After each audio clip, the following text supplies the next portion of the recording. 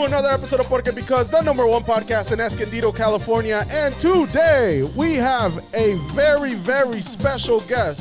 Someone that is leading our community, someone that is going to make change, someone that wants you to get to know them, and we want to get to know them. We have the very special Elias Velazquez.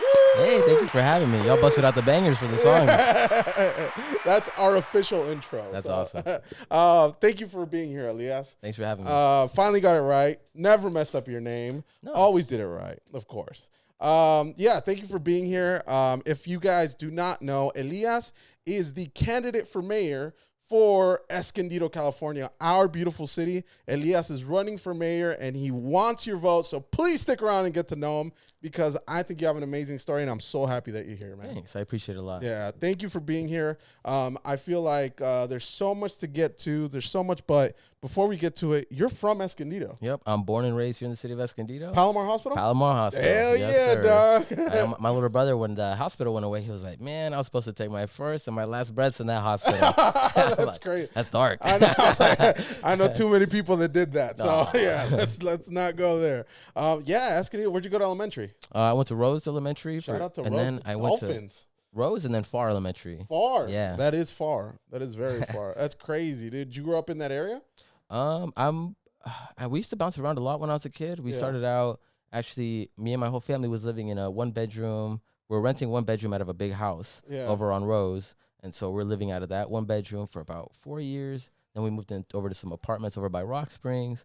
And so I was kind of bouncing around schools, but Rose is the one that I started at, and then Far is where I ended up. Damn, that's crazy. Middle school? Middle school, Rincon Middle School. Oh, shout out to that, dude. Yeah. Shout out to their skate sessions out there. The big four. That's crazy, dude. Yeah, I feel like it's you definitely bounce around on that side of town. It's crazy. Where'd you go to high school? I went to the charter high school. Oh, okay, After that, cool. my youngest brother got in for kindergarten. Yeah. And so we got it all in as siblings. How many siblings is it? I have two siblings. One of them is 7 years younger than I am. His name is Ariel. Oh, nice. And he's named after my grandpa, just like I am. That's awesome. And then the youngest one is Javier. He's 1 year younger than the middle one. Shout out to that. And he's named after my dad. Yeah, Oh. Traditional household. I was like, very Yeah. Mexican, just like, your parents are Mexican as well? Yes, sir. Okay, Yeah, cool. my dad's from Guadalajara, and my mom is from Michoacán. Oilo? Yes. Yeah. Ya sabes, ya sabes. Yeah, that's awesome, dude. I think it's cool to see that you're literally a reflection of our community. Yeah, history and progress is what I like to say. I'm a result of everything that's happened here before. That's amazing, dude. So you go to school out here. Obviously you grew up in that early, late 2000s era, mid 2000s. Early to mid 2000s. Escondido was a different place during that time, right? It was a little bit. It had a little bit of a more rough reputation. Yeah. I grew up across the street from Washington Park in that area, right across the street from the laundromat over there. And I wasn't allowed to go to the Washington Park as a kid because it was rough. You heard some pretty gnarly stories about stuff that would go down. The gutters out there, going to Washington Park. I feel like when I moved back to Escondido, my daughter there was lessons, swim lessons in Washington Park. And I was like, is that pool even open anymore? Yep. I was like, what the hell? I came back, I went. Way different park. Yeah, it's prosperous now. It's beautiful. I'm like, it should have always kind of been like that if you think about it. Yeah. And honestly, just from living across the street, I'm like, it was really during COVID that folks started using it more. Yeah. Yeah, that's when folks started using the tennis courts, and you just saw a lot more life out there. Yeah, and now the indoor soccer. Yeah. I mean, The futsal courts, I love that. It's packed. Now you get the skate. I mean, there's a skate. Yeah. You could go skate at Washington Park. That's awesome. That's dope. It's always packed. There's always kids there. There's always all these things there. And honestly, who would have thought? Like, when you were a kid and you knew Washington Park in a different light, I mean, would you ever think of it that way? Not at all. Yeah. No. Yeah. I would have literally thought like, there's no way that Washington Park or living around Washington Park would be great. Now you look at it, you're like, dude, how cool would it be to take your kid? My daughter now, just out of nowhere, wants to start skating. Oh, that's sick. You know what I mean? Sweet. Stuff like that. You're just like, well, why? Because the community encouraged it. Mm-hmm. That's awesome, dude. Did you stay locally when you went to school, or? Oh, I went up to Chico for college. Okay, and so cool. I graduated with my degree in political science from up there. Good. Got involved in the community, did a lot of volunteering up there. And then after that, I came home for a little bit, but then I started working for a community organizing firm called Tola. And it's basically the same person who trained Cesar Chavez, Dolores Huerta, and all those folks also trained this gentleman, Larry Tramitola. Yeah. And so he started an organization where they do community organizing, and they train us in those lessons so that we can get more leaders into the mix. So you obviously got your degree in political science and all this political science, right? Yes. Okay, so what in your life made you think, man, I want to get involved in the community, or I want to get into politics? Like, this is a calling that not many have. That's fair. I think what I would say is that, we always kept a really close eye on politics, especially locally, as more of a survival mechanism. Yes. It's like, I know that that here in Escondido, there was a time when they wouldn't rent to undocumented folks here locally. That's true, yeah. And so it's like, you had to, council members' names were kitchen table names for us because, we're just keeping up with the news, right? What's going on, how is this going to affect our family? Yeah. And so we were always kind of keeping a close eye on that stuff. Yeah, we ourselves, we grew up undocumented. So growing up, we definitely saw, we like you said, these names were just ring in our household because they were names that we wanted to make sure that either voted a way that we wanted it to, or that if they did vote a different way, that we wouldn't be as impacted. Yep. We're very fortunate that we've made it through this far. And I feel like we necessarily haven't hit a representative in the city where they really understand it. You know what I mean? I feel like you grew up during that time. Yeah. So I feel like you really understand it that way. Yeah, I feel it personally. And I'm like, to that note, I always like to tell people that I was, quote unquote, born on layaway. Because when I was born, there was a state bill that said that you can't have health coverage for undocumented folks. Right. And so literally my mom had to go to some clinic that would say, okay, we'll do the birth on a payment plan through the birth, which is pretty nuts. Can't even imagine how stressful that would be for a young mother. But, that's the reality of how politics affects your life, even from before you're born. Dude, you were on payments. Yeah. I'm like, what happened? What would happen if they were late? Late payment? Nah, baby can't come no more. Gotta go pick them up. Yeah. The repo guy goes pick you up, dude. Yeah, I think it's crazy. Yeah, but we're done paying you off, right? Yeah, Okay, good. Yeah, officially good. out of debt. No, yeah. I'm just kidding. Yeah, so you go to college, you get involved in politics. Did you go out into certain communities out there? Did you get involved as well? When I was in college, I got involved in the homelessness community up there. I was working for there was an organization up there, as a student organization, where they would send volunteers out. Yeah. And so I would go volunteer at homeless shelters. I did that my entire junior year. My entire senior year, I ran a after-school program for homeless youth at a transitional home. And so that was very eye-opening to the experiences and what leads up to homelessness, how they deal with homelessness up there. Right. And so now I work on that in my day-to-day job, so it's kind of perfect. Yeah. And but that was during college. After college, I started working for that community organizing firm up in Stockton. Nice. And so we were working at the time that they had their youngest mayor. Right. We were doing community organizing up there around their education. And so I always like to tell people that it's like, if you want to see how, I love the city of Stockton. It's a great city. I have a special place in my heart for the city of Stockton. Nice. But I will say that if you want to see an example of where, local politics can go wrong, there's a few stories that I've picked up from when I was over there that have been very eye-opening. Yeah. It really is. Stockton has a rough, reputation. Yeah.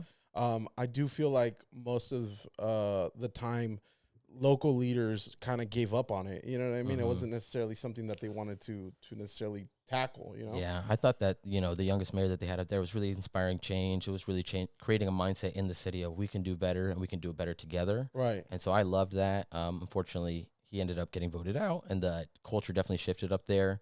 When I was working up there, there was somebody who was the vice mayor of the city, who was also the vice principal of a school, and basically there was an altercation where they got involved and accidentally hit a student. And so what they did is that they expelled the student who got hit. They put this person on temporary leave. They didn't go on that temporary leave. They just came back. And now they're the mayor of Stockton. What? So I'm like, So you can hit a kid, you'll be fine. Allegedly, but I'm like, that's the reality of how stuff can, if you think things are bad, they can go worse. It is crazy. I feel like I lived out of state for a while. I always tell people, like, you think you're ghetto, and when you leave and see other people's ghetto, you're like, nah, that's ghetto. You know what I mean? When you think things are bad in your community, and you get to see other communities, you kind of come back and you appreciate what you have. You know what I mean?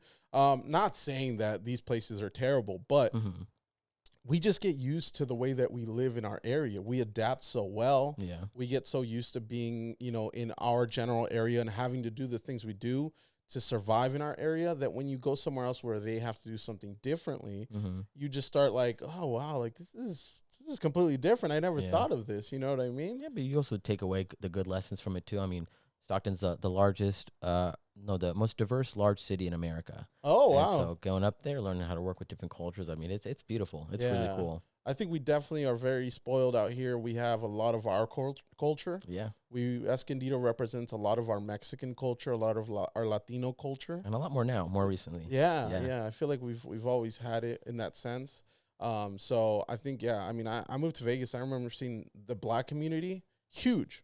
Huge. I mean, it's such rooted. A lot of people moved from LA to Vegas, so I got to see that as well. So I feel like it was an eye opener where I remember my daughter growing up, I never had a Black teacher. My daughter's kindergarten teacher was Black. And after that, like, she had, like, every other year she had a Black teacher. Oh, yeah. It's like stuff like that I'm like, oh, like, I don't. And I thought the exposure to I was like, cultures, I don't think I ever had. She had, like, a Jamaican teacher. She had, like, so many different teachers. That was so cool. I feel like now, of course, Escondido has changed, and we've had a big influx of our educators being more diverse. And I think that's where someone like you walks in. It's like, I remember when we had Dane, which was our current mayor, people were like, you got the mayor? I was like, yeah, what's so weird about that? Why is he in your podcast? I was like, I don't know. I mean, we just asked. Yeah, just talking. And I feel like someone like you who's also young understands the importance of just kind of like that diversity part of it. You know what I mean? No, I definitely, and I feel like, especially being here in Escondido, I mean, it's a majority Latino city. Yeah. And so when I went up to Chico, it was definitely a little bit of a culture shock because it's a different demographic up there, more Caucasian. Yeah. And then when I went to Stockton, I mean, you see all different kinds of people from different backgrounds. And I mean, I think it's pretty cool because, I mean, it's that exposure. You take the best out of every culture that you meet. Yeah. And it's like, that exposure is good. It's good to meet people from other cultures and see, hey, there's different ways of doing stuff and sometimes it's better. Yeah, no, you're right. I feel like there is like a lot of things we could take. What brought you back to Escondido? It's been my dream to come back here to the city. And so, I mean, I was gone for a little while to go develop my skills and learn how to organize communities, reach out to people. Right. And I mean, that's always been the dream to bring it back here home. And so I'm happy that I've been able to do that, come back. As soon as I did, I got involved with the previous mayor's office. So I started out as his intern, became his aide. And so I started really getting around and kind of going to all the events and seeing who are the players, who are the people that are invested in the community, and getting to meet them. And I mean, that's like, if you love the city before, after you get to meet the people who are here that pour their heart into making the city better, I mean, it's just, it's self-inspiration. Nice. It gets you up, yeah. And I mean, you're talking about that too, about how, like, talking to some of the great people that make the city better, and it's like, well, we have some really cool people here. Yeah. We're very blessed. We are very blessed. We have people that actually care about making things better. I think those people in the background, like yourself, who was before, are those unspoken heroes. We just don't know you. You know what I mean? Fair. You help so much. We just don't know you. So to see you come out of that and into the spotlight, has that been a little bit of a... It's been different for sure. Yeah, I think, I didn't even like taking pictures beforehand. So it's like, and now you're in front of a whole camera. Yeah, so I was definitely a little bit more private. I like being more behind the scenes, but at the same time, it's like, that's given me a great education on what the city's going through, how we can move forward. And it's like, the city needs a good leader to step up and move us in a good direction. And so, even if it's uncomfortable for me, it's like, I truly believe that it's going to be for the best of the community. So, time for me to be uncomfortable. That's what we got to do. I mean, you only grow when you're uncomfortable. So exactly. It's one of those things that you definitely have to keep in mind the reasons why you're doing it. Oh, yeah. Obviously you're involved. Before we get into the mayoral stuff, you do a lot of work in Oceanside, right? Yes. Your current job, what is that? So I work for the Brother Benno Foundation over in Oceanside, and so that's a nonprofit that helps homeless and low-income families with a number of different services. We do rental and utility assistance. We help folks across North County with that. We have a food rescue program. So imagine a few weeks before the food goes bad at Trader Joe's, Chick-fil-A, those good stores, they give it to us. We bring it back to our supermarket. Looks and feels just like a supermarket, except everything's free. Then we give out all the food for free. Wow. And so we give out 2 million pounds of food a year. So it's a big operation. Yeah. We're the biggest food rescuer in North County.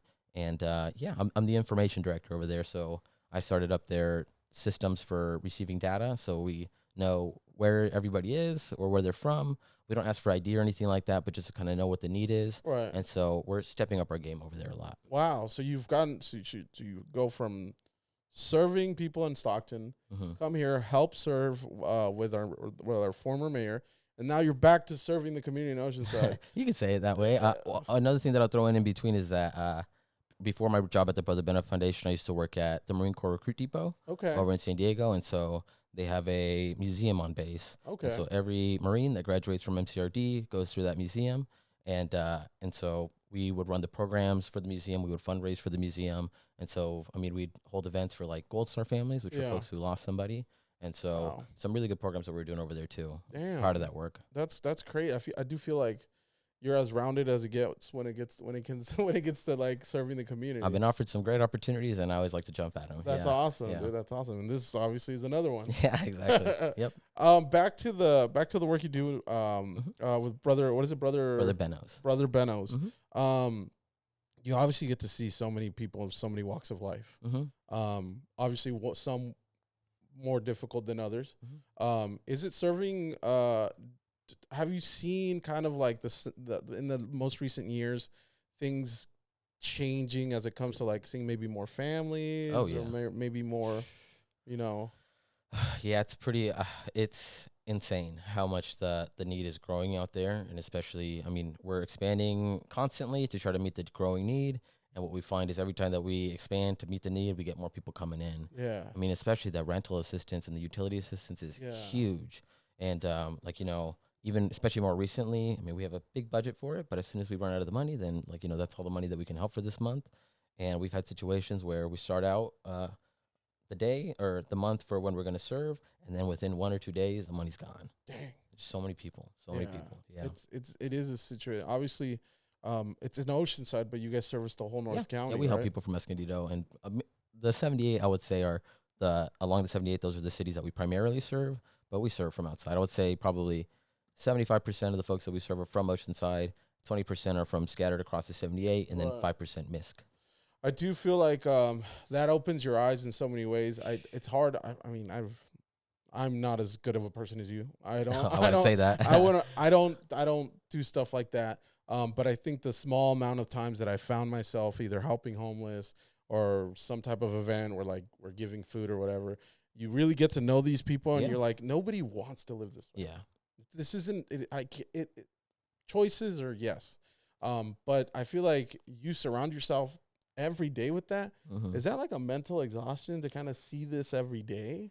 It definitely can be a little bit wearing. And some wild stuff happens from time to time. It's like, you just kind of got to adjust to that. But I think that over there, I really like the mentality that we adopt where it's like, it's not just that we're like a nonprofit organization and, we do our best and then we say kumbaya at the end of the day and everything's all great. And it's like, no, it's like, we're taking on a serious thing, which is trying to take care of our homeless and low-income folks here in North County. We need to treat it seriously because the more serious we treat it and the better we get at it, the better that we can serve and help other people that are in need. That's amazing. That's the type of work, like you said. And then obviously the food pantry is your biggest. Yeah, that one's huge right now. That's huge. We love it. We don't know of any other spot like that, at least in Southern California.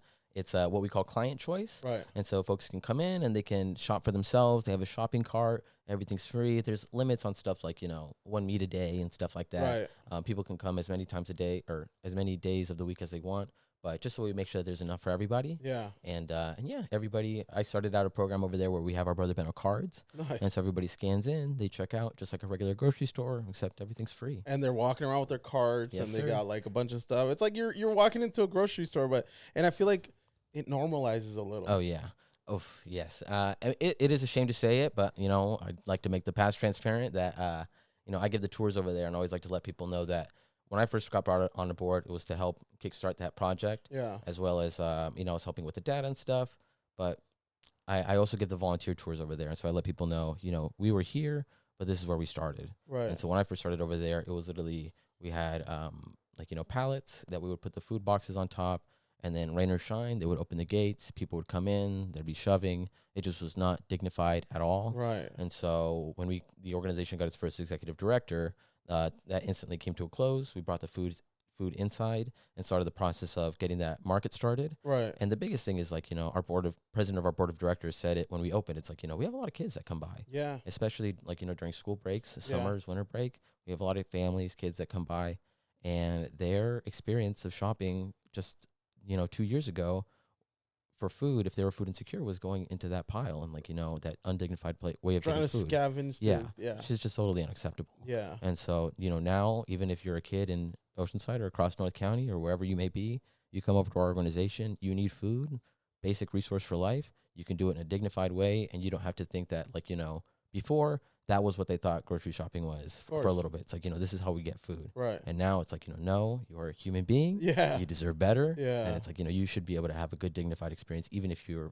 food insecure out there. And I do think it encourages people just having that peace of mind that, if you're told you're something, you'll start believing it. You know, if you're told, hey, you're, not a human and you're just scavenging for food, you start believing these things. Mm-hmm. And I can't imagine a child who grows up in that situation believing that they're this. But by giving them that small experience of like having a shopping cart, having a place to where everything is organized and you can at least kind of pick out stuff. I can't, that at least gives you some normality. Yeah. And then it makes you feel like, hey, like at least I feel a little more human. Yes. And this could potentially lead into maybe moving into a different lifestyle. Yeah, because there is no shame in being low income. Right. At all. And it's like, and I mean, I'm first generation here. Times were sometimes rough, and it's like, and it's like, and I mean, I carry those experiences with me a lot. It's like, just because you come from a certain background, stuff is a little rough, doesn't mean you should be treated as lesser than. Yeah. I do think that it's an amazing thing you're doing over there. I do. Yeah, let's get us out there, dude. Yeah, I'd love to have you guys over there. Yeah, it'd be awesome. Let's get us out there. I think it's a cool way. Whatever we can do to help. You want us? I have a commercial driver's license. If you need someone driving a truck. Yeah, we do. Well, we have volunteer truck drivers that go out 6 days a week to the stores to go bring all the food back. I've done it before. Really? It's not super hard. It's nice. Yeah. And so, I mean, yeah, if you ever want to get involved, that'd be sick. Yeah, let us know. Also, we're going to be doing a mural over there pretty soon. Oh, cool. And so right outside the supermarket, the same person, the tortilleria right by Washington Park? Yeah. The same artist who did that is going to be doing a mural for us over in Benos. Yeah. Who's that? I don't know. It's a guy by the name of Mario, I think Solis. Okay. Mm-hmm. I want to get to know him. That tortilleria. Mario Torero. Sorry about that. Yeah. Cool. He's a nice guy. Yeah? Yeah. We'll get to know him. But yeah, dude, let's get us out there. I feel like I want to at least show it. And again, we do it all for content. So get us out there in front of people, make us look good, like we're helping the community. There we go. A couple pictures, and then we'll leave. There we go. No, let us highlight that, and hopefully people will at least be encouraged to help as well. Oh, that'd be awesome. I'd love that. Yeah, that'd be awesome. Well, there it is. We're already signed up for that. But yeah, so now to jump over to the nitty gritty, I would like to say, you're running for mayor. Yes, sir. Why? Well, like I said, I've been involved in this space for a number of years. I've been sitting through council meetings for years, seeing what's going on. Those are not fun. Sometimes they can be. Sometimes they can be a little slow. But it's always great information. We have a great city staff that's always working to make sure that the city's running at its best. Right. But it's like, seeing where we were before, seeing, some issues that, especially around homelessness. I work in that field, and kind of seeing the city's approach that it's been taking in these last few years under our current leadership. I just feel like, we could be doing a better job. And I think that the city's current approach, as opposed to how it was approaching it before, might even be making the situation worse. Really? Yes. Yeah. Oh, wow. We've seen over the past 3 years an over 10% increase in the amount of homelessness that we have here in the city of Escondido. No way. Yes, sir. I feel like Dane came in here and told us the opposite. Well, he's counting the unsheltered numbers that technically those have decreased from 1 year to another. Yeah. But if you look at the overall time that he's been in office and you look at the total number of homeless that we have here in the city, over those 3 years, we've seen over a 10% increase. Oh, wow. So it's a little fun with numbers. But, if you look at it from a big picture kind of scenario, then that's the reality of the situation. That's essentially, I would think, our number one issue in Escondido, right? Well, there was a survey done in 2020 and 2022 in the city of Escondido, and they asked them that same question. What's the number one issue to you? And both times, resoundingly, Escondido said homelessness is the number one issue that we want to see improved here. Now, if we continue to hear politicians say, like, well, we're going to do this, we're going to that, before we get into, like, the reasoning of I mean, the ways that we're going to do it or attempt to do it, is this actually an issue that could be solved? 100%. Like, having zero homeless folks or experiencing homelessness in some way, shape, or form in the community, that is a bit of a lofty goal. Yes. I don't think I'll be able to achieve that in 4 or 8 years. But I do say that, like, approach is everything. Right. And I think that if you approach it in a different way than the way that we're approaching it now, we're going to see decreases. Okay. And potentially even significant decreases. And I think that that's what folks want to see. And what is that approach? Well, I think that working with the service providers here in the city, as opposed to, we had a little bit of a rocky relationship, the city with our nonprofit providers. And I think that repairing that and making sure that we're working in tandem instead of against each other is 100% important. I don't know if you know this, but right now the city of Escondido is actually ineligible for state and federal funds to help with this issue of homelessness. And that's directly due to our mayor's policies on the issue of homelessness. Oh, wow. And so, I work in Oceanside. Over there, kind of their quote unquote version of the jungle. The state came in, gave them millions of dollars, and they went in and moved people from out of there and provided resources for the folks that wanted it in those spaces. Right. Meanwhile, here in Escondido, when we cleared out the jungle, quote unquote, we paid millions of dollars out of our own pocket to be able to do that. And especially, we just had a tax increase. We told the residents the city doesn't have enough money to run. Right. And then we go out and we shoot ourselves in the foot and make ourselves pay the buck when it comes to homelessness here in the city. Well, when you say, the jungle, we clear it out.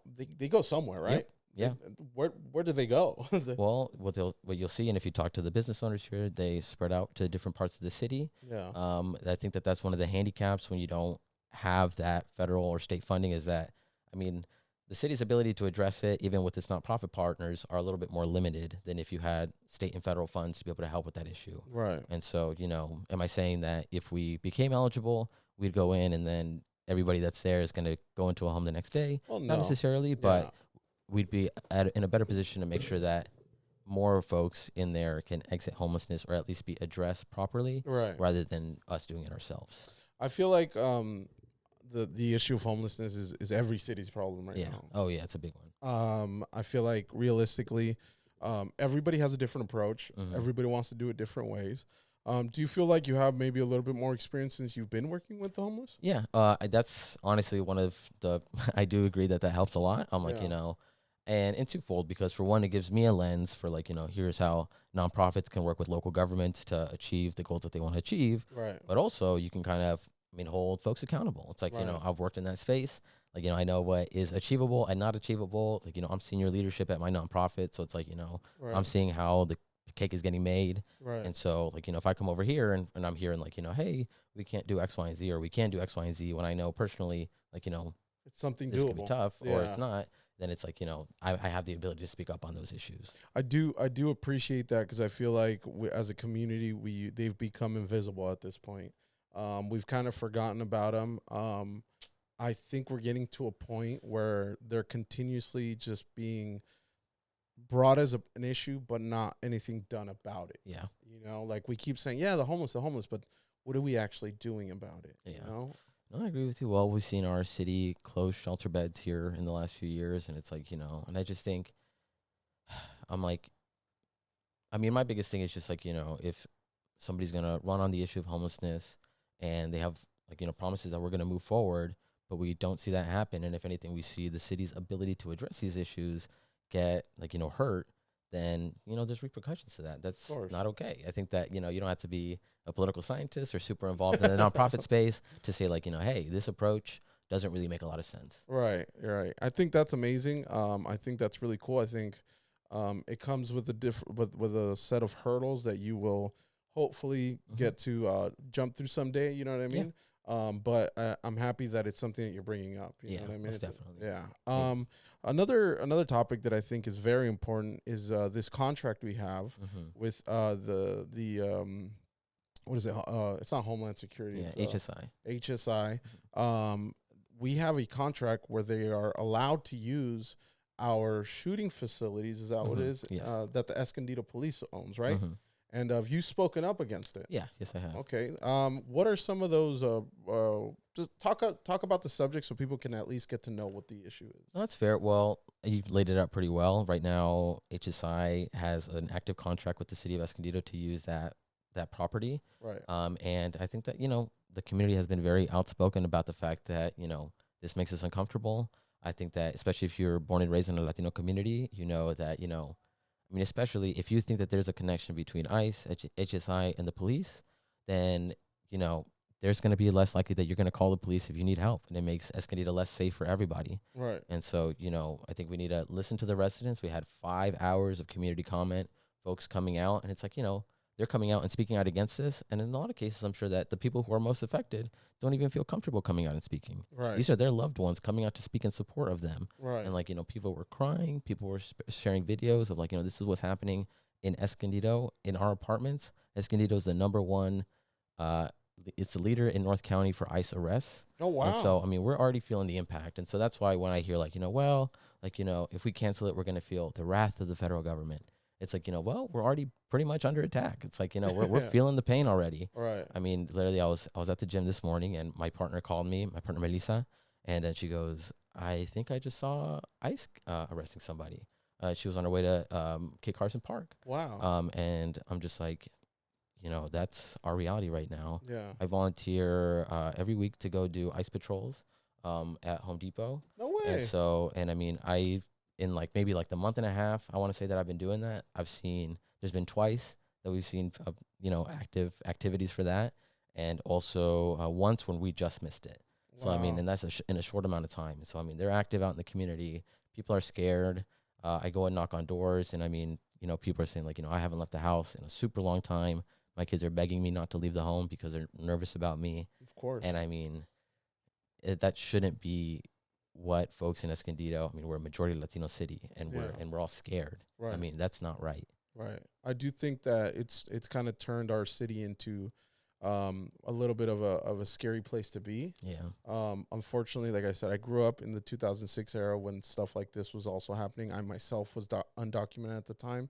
I remember hiding. I remember the walkouts we did in schools. I remember all that stuff. And to see it happening again, it's just disappointing that we're going through it. It's traumatic. Yeah. It's crazy. Yeah. It for many years, I felt like I was very scared of, the Temecula checkpoint. You know what I mean? Oh, yeah.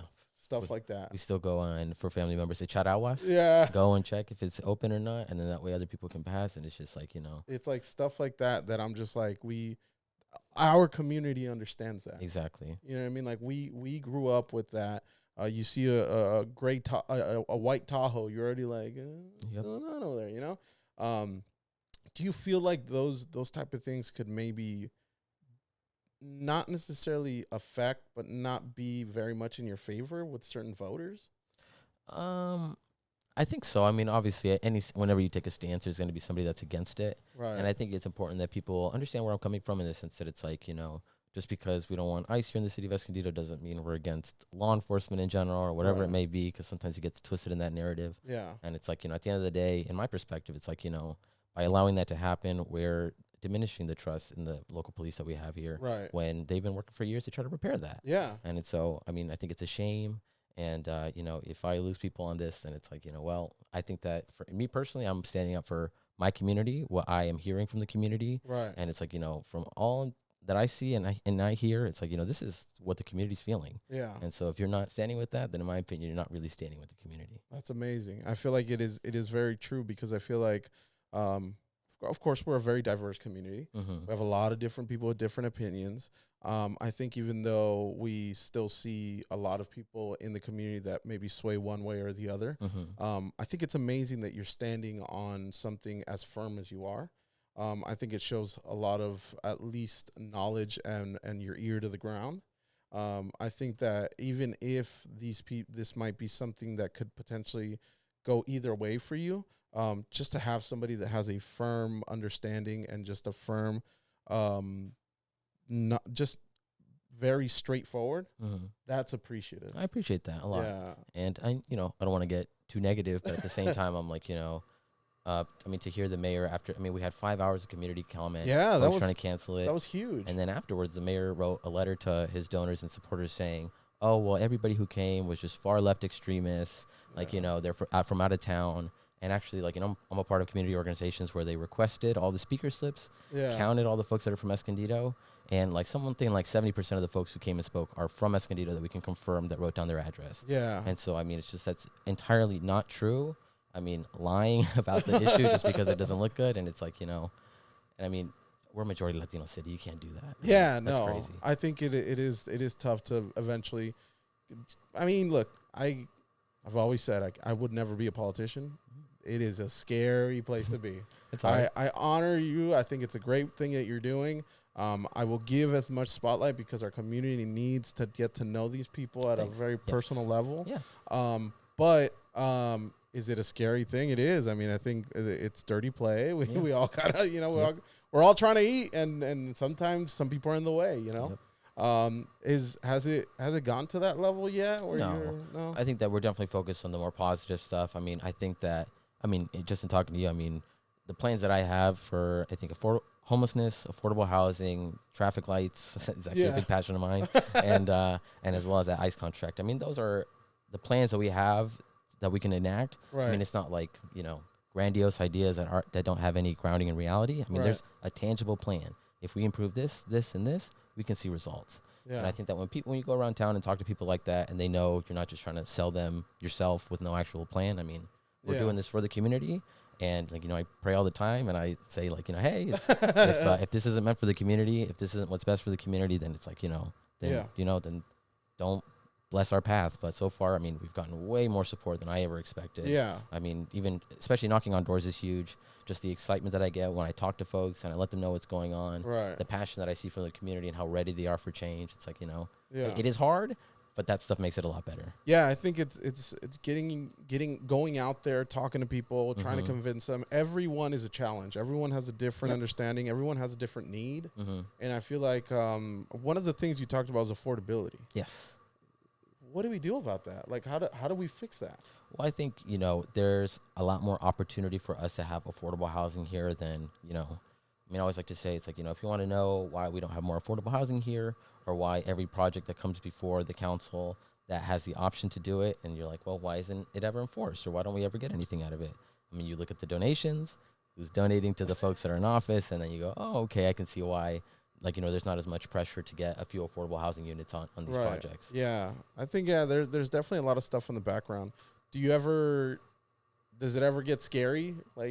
Big money out there? It's scary in the sense that, it's always challenging to challenge big money, quote unquote. Yeah. But at the same time, I'm trained in community organizing. I think that, I fully believe that we're on the right side of history. We're arguing for the truth and to move the community forward.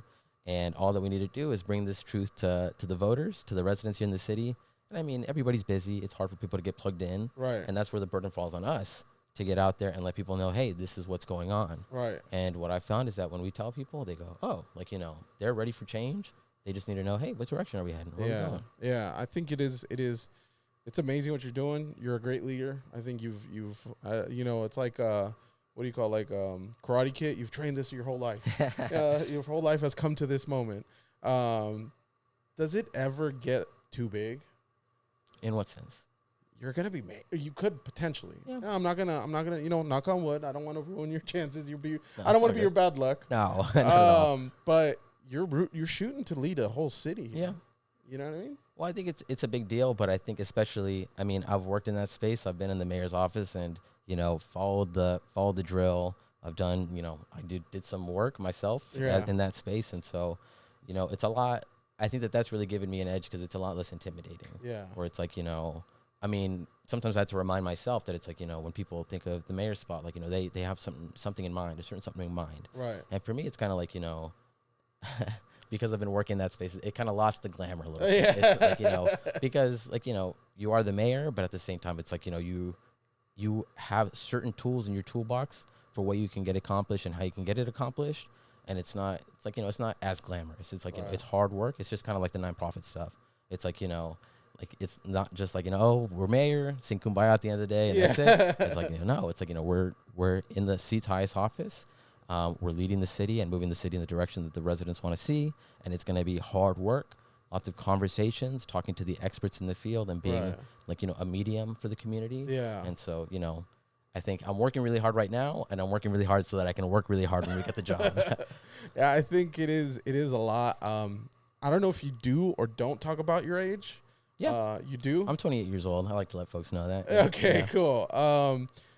What are the hurdles you feel like come with that? I mean, obviously someone older than you is going to look at you and maybe think of inexperience, or maybe think of, a young person that, whatever their ideas are. At 28, I would not have voted for me as mayor. No, I was not prepared at all. I'm 33. I wouldn't even vote for myself.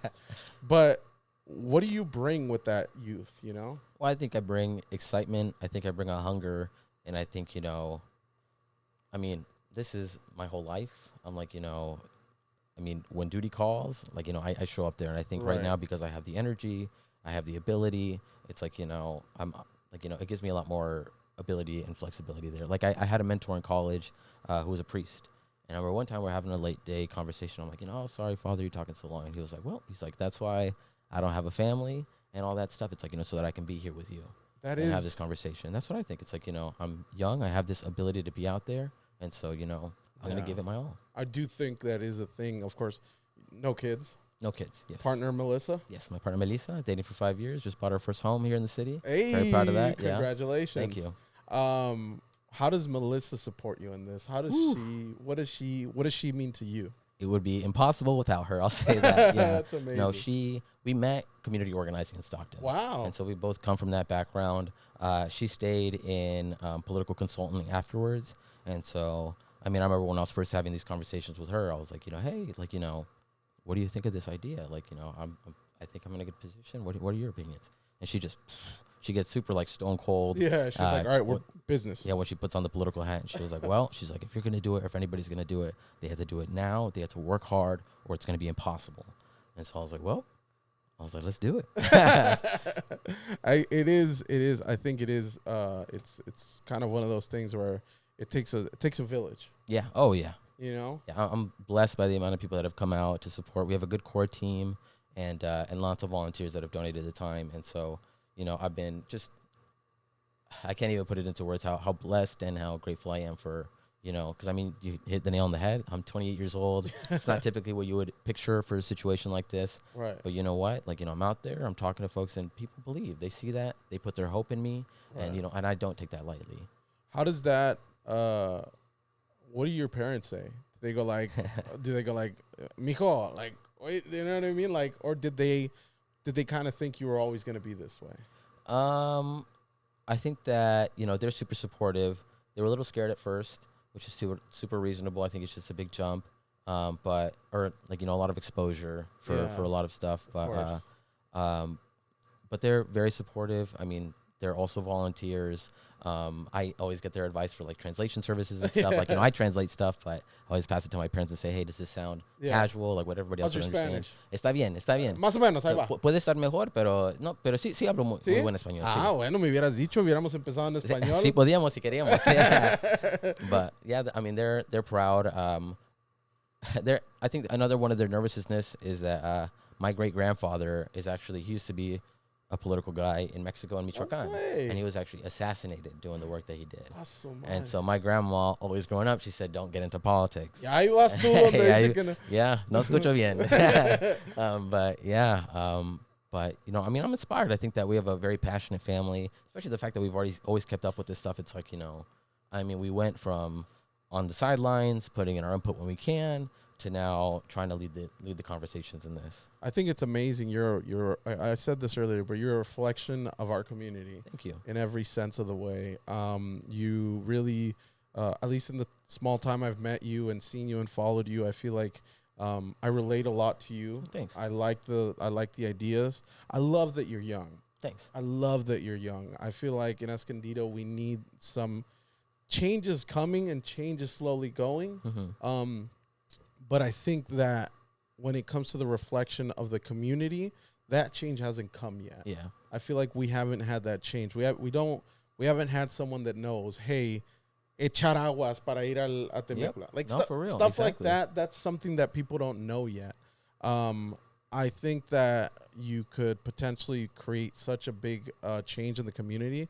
What are some of the biggest things you're seeing from people? What are they telling you that they wish you would do if and when you become the mayor? Well, now that we're knocking on doors and talking to people, I can kind of give a little bit more of or detailed answer for that one. But I would say that, I mean, without fail, and there's a lot of issues that I'm passionate about. Like, it's not just these ones, but I mean, if I'm knocking on a Latino household, I mean, they're gonna ask me about the ICE contract. Yeah. I mean, that's like the number one thing that they're passionate about. Like, what is going on with this? And so I take that near and dear to my heart. I know that that's what people want to see change on.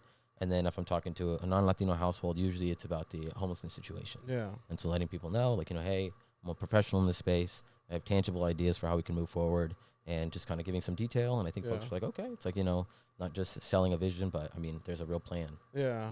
I think that's amazing. I think it's cool to go door to door, get to know people. Yep. I can't imagine a place where in Escondido we would have someone else like you that would come over and knock on the door and be like, who are you? You know what I mean? No, yeah. I always like to tell a story that there was an assembly member who I used to get, like, their mail and stuff like that. And I was like, this guy looks a little weird.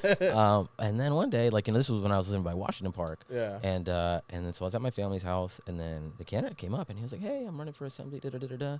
And I was like, whoa. I was like, he came to my door. Yeah. And especially, like, in a heavy Latino area, which is where we're living then, I'm like, I've never had a candidate come to my door before. No. That made a big impact on me. That's amazing. Yeah.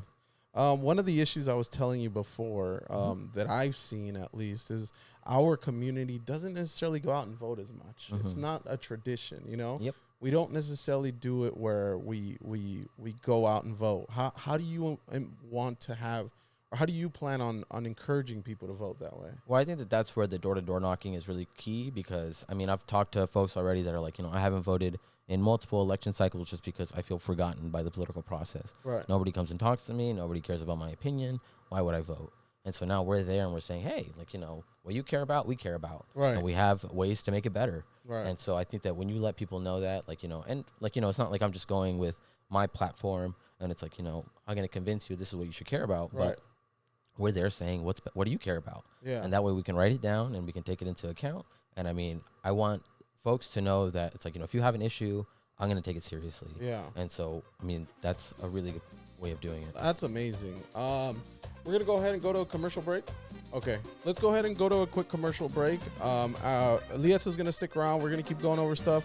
We're going to get a little loosey-goosey after this. Okay? There we go. Sounds good. Yeah. All right. Let's go ahead and go to a quick commercial break, and we'll be right back. Peace.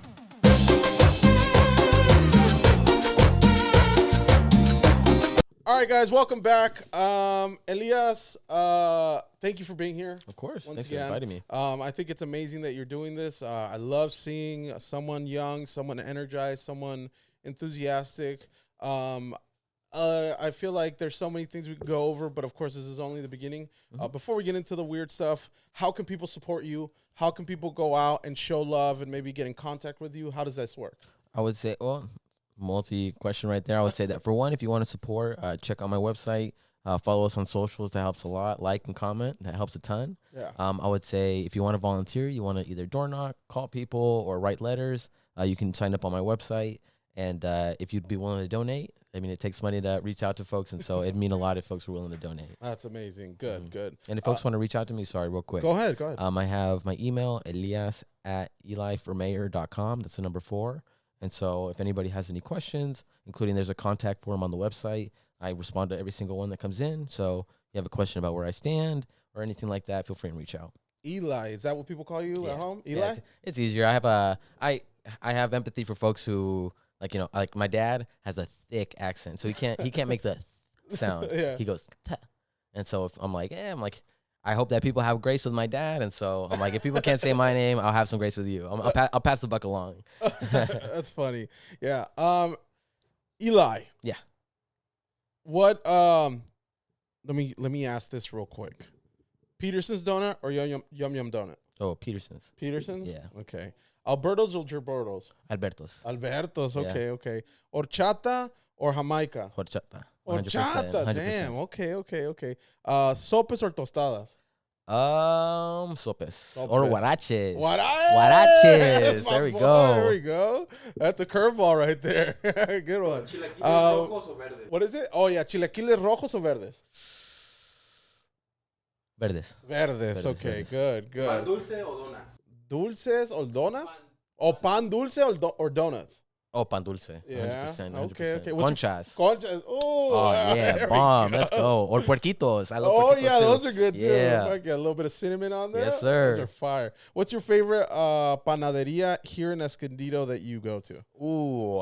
I will say that I've been getting more of my bread from Vallarta lately. But before then, I lived at the apartments across the street from the charter high school. Oh, okay. Right there. And so we used to go to the panaderia there all the time. Okay, yeah, cool. that's also where we used to get our sopes and our huaraches. But I think ownership changed, or we just stopped going or something like that. So we stopped going. What's that? Yeah, Mi Pueblo used to Pueblo. be. Oh, Yeah. shout out. I went to elementary school with the kid whose dad ran it. No way. Yeah. Dude, Mi Pueblo, yeah. They had a commercial. He was like, check it out. And I was like, his dad was in there like, ding.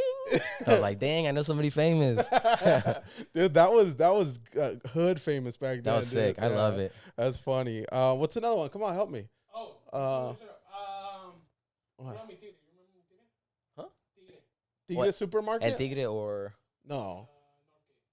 Ooh. Oh, I still remember it as El Tigre. I still remember... it's not, I think Big Lots isn't there anymore, but Pick and Save. Yeah. Pick and Save. Damn, Ooh. dude. My grandma and my mom still call it Pick and Save. We get a Pick and Save. Pick and Save. Yeah. Yeah, dude, that's crazy. If you go to the swap meet, what are you ordering? Oh yeah, what's your swap me order? Like, Like for okay, food? for food, yes. Ooh. I usually get tortas there. Oh, Those tortas are never going out. dude, those tortas are legendary, Oh. dude. Elias That's for mayor amazing, dude. 2026. Elias for mayor. Elias for mayor. Tortas for everyone. No, I do. Yeah, tortas. Yeah, the tortas at the swap meet, dude. Bomb. We need to record there, dude. At the That'd be tortas sick. spot, That's yeah. a good idea. Dude, hit up Carminelli. Yeah, Carpinelli. Carminelli. Dude, we're doing a whole fucking. We gotta do a commercial when we're flying. Yeah, el swap meet de Escondido. Going on the road. Yeah. Yes, sir. What's another one?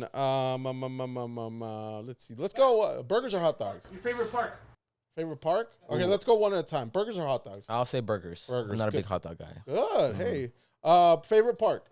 Well, I grew up across the street from Washington, especially where it is now, the futsal courts. I love Washington Park. Hell Big yeah. fan. Hell yeah, dude. I gotta ask you a quick question though. Go ahead. I know that you talked about how my buddy Edgar and I go for Barcelona. Yeah, What soccer so- team do you go for? Dude, I'll be honest with you.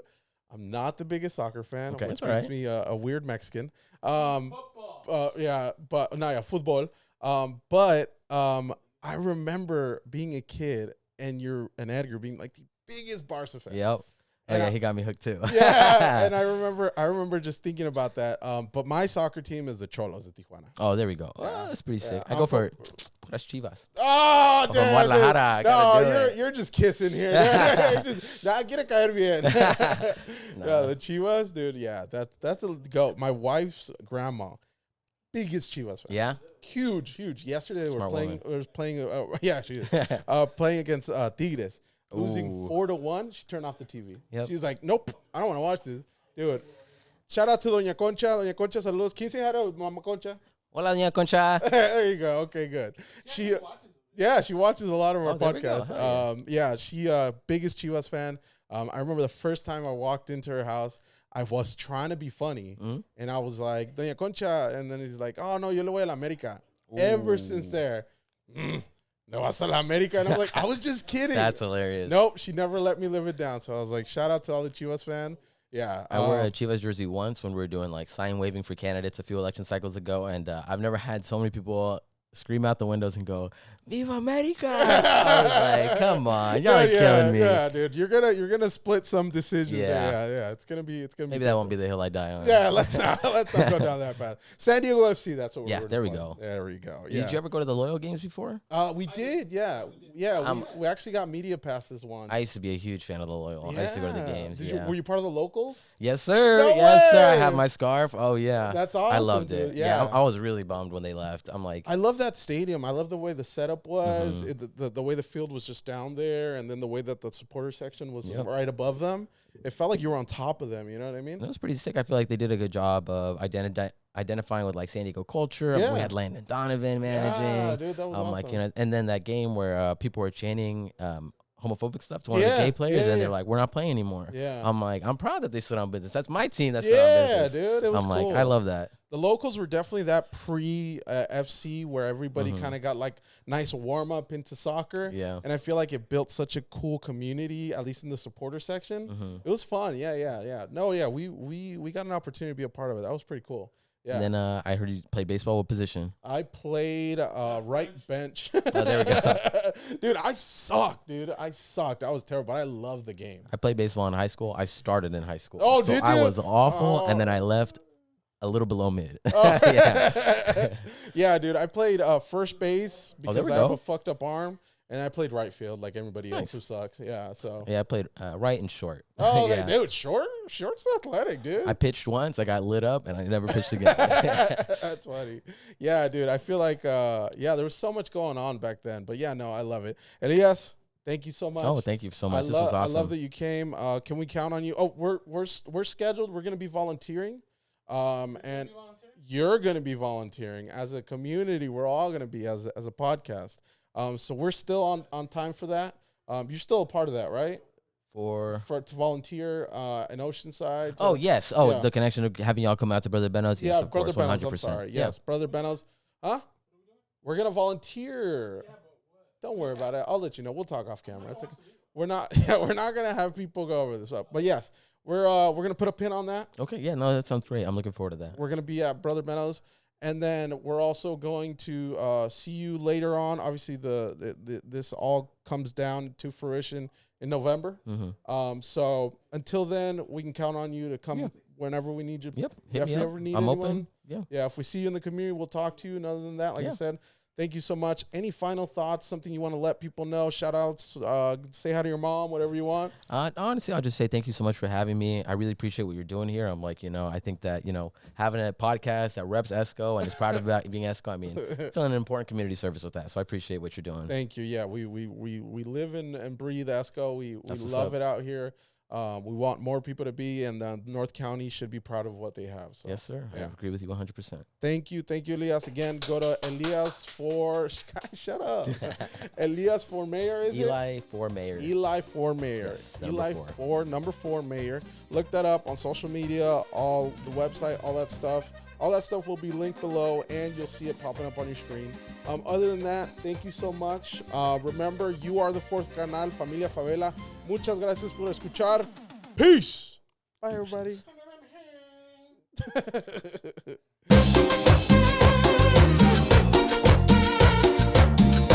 Pableezy production. Let him finish!